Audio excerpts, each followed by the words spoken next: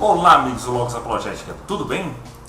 Hoje, neste vídeo, vamos responder aí, a mais uma contradição da Bíblia, que é alegada por esses céticos, por esses ateus, ateístas, E eu gosto muito de responder, pessoal, esses alegados contra isso aí, esse pessoal, esse assunto, que é um assunto muito fascinante, Eu gosto muito de responder a isso. E nós já comentamos aqui, eu já expliquei isso, que não existe contradição na Bíblia, Contradição é um ponto A dizer uma coisa, contradizer uma coisa, e o ponto B dizer outra coisa, diferenças de relatos não são contradições, certo?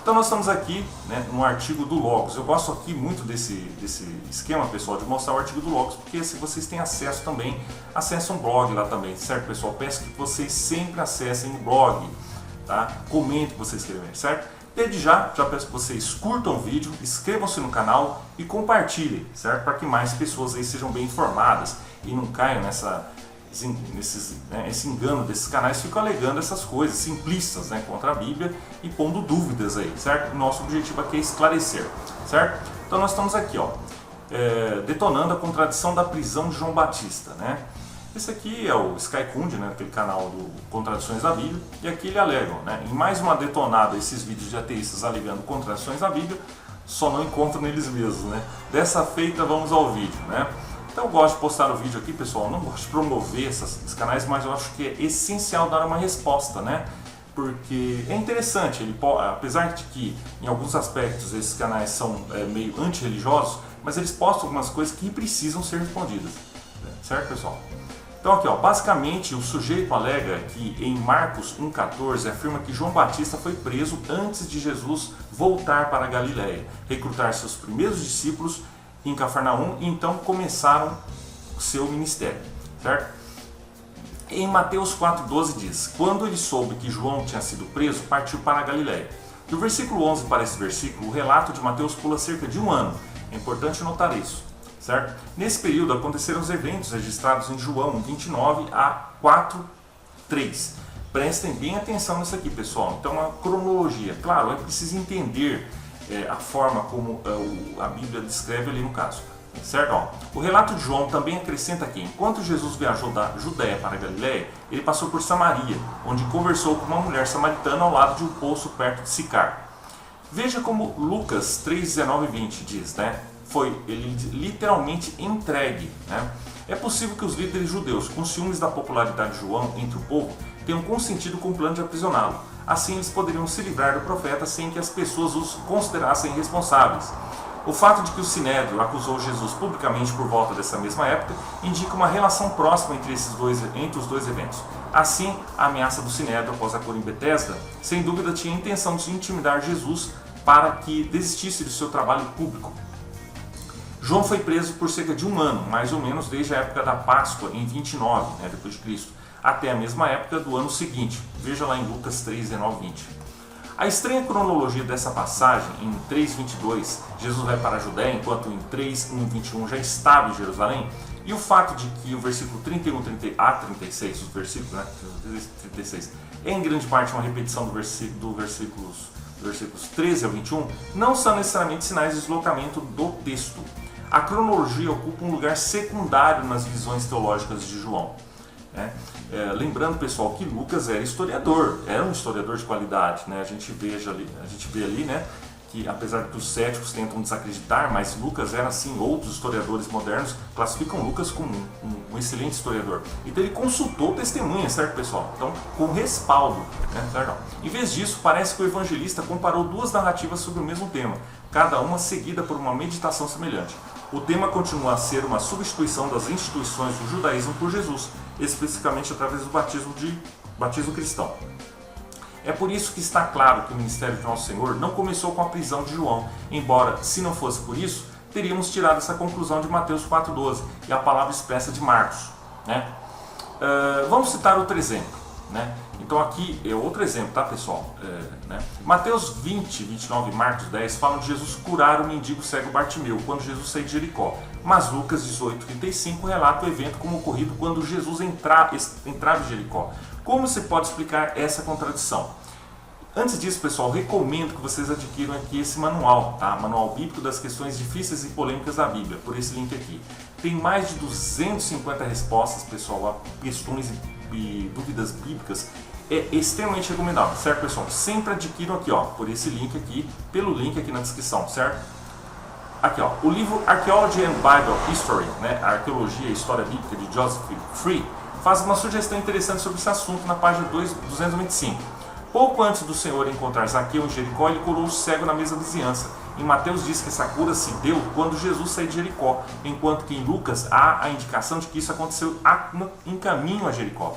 Alguns sugeririam que se trata de dois eventos diferentes. Isso é uma possibilidade. Então vocês veem, pessoal, que eu estou respondendo aqui 3 questões em uma só, tá? No mesmo vídeo, ó. A arqueologia, porém, tem lançado luz adicional sobre essa aparente discrepância. Em princípios do século XX da era cristã, Ernst Selling, da Sociedade Oriental Alemã, fez escavações em Jericó. As escavações mostraram que a Jericó do tempo de Jesus era uma cidade dupla. A antiga cidade judaica achava-se cerca de 1 milha de distância da cidade romana. À luz dessa evidência, é possível que Mateus estivesse falando da cidade judaica que Cristo acabava de deixar, enquanto que Lucas estivesse falando da romana, a qual Cristo ainda não chegara. Assim, em caminho da antiga nova cidade, Cristo encontrou e curou o cego Bartimeu. Olha que interessante, pessoal. Como uma pequena pesquisa, um estudo ali adicional já resolve essas contradições, né, como se alega no caso ali, né? Portanto, se essas 3 passagens, em Mateus, Marcos e Lucas, referem-se ao mesmo evento, então não há contradição. E se referem a curas diferentes, não há naturalmente nenhuma contradição. Isso ilustra bem a tolice de se argumentar que a Bíblia se contradiz, conforme alguns fazem.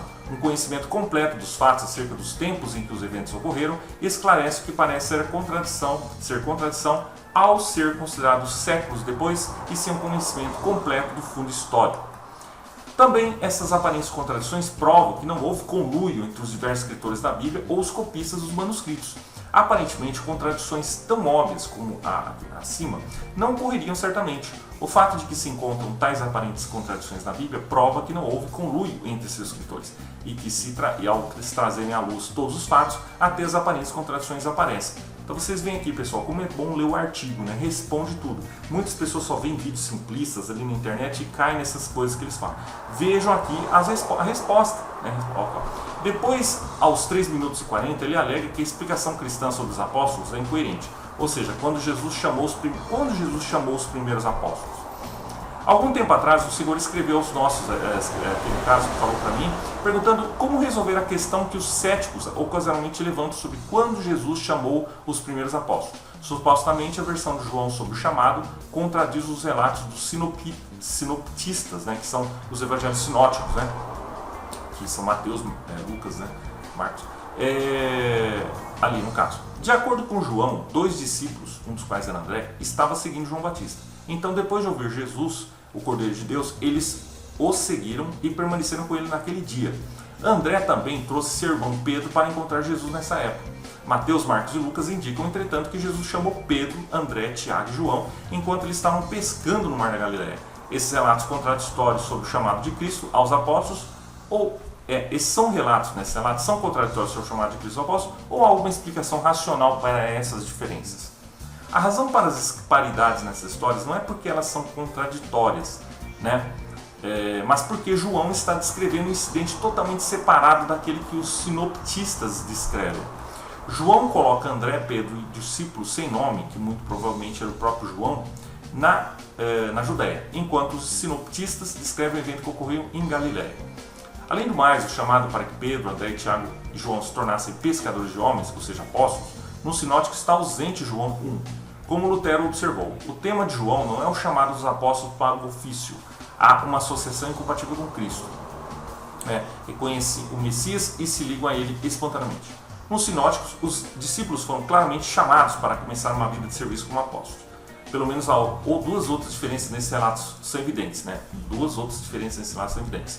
Em João 1, André está como discípulo sem nome, mas Pedro, a quem mais tarde informa que havia encontrado o Messias, enquanto nos sinóticos, Pedro e André são chamados juntos. Tiago e João são chamados juntos nos sinóticos, enquanto João 1, Tiago não é mencionado em lugar nenhum, enquanto João é provavelmente o discípulo sem nome. Então, pessoal, olha aqui, o artigo explica, né? Aqui eu gosto de explicar de uma forma mais profunda, né? Que esses vídeos são simplistas, de céticos, eles passam para pôr dúvidas. Então a gente vem aqui e responde. A acusação do cético de que João contradiz os relatos de Mateus, Marcos e Lucas sobre os chamados apóstolos por Jesus é injustificada. Na verdade, João se referia a uma circunstância completamente diferente.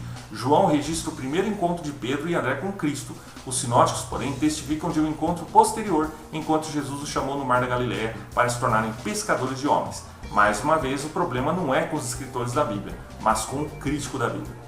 Certo, pessoal? Então é isso aí. Peço para que vocês curtam o vídeo, pessoal, certo? Comentem, compartilhem, dê uma força para o canal, pessoal. Para que cresça aí, certo? Comentem o que vocês querem saber, todas as dúvidas aí, né?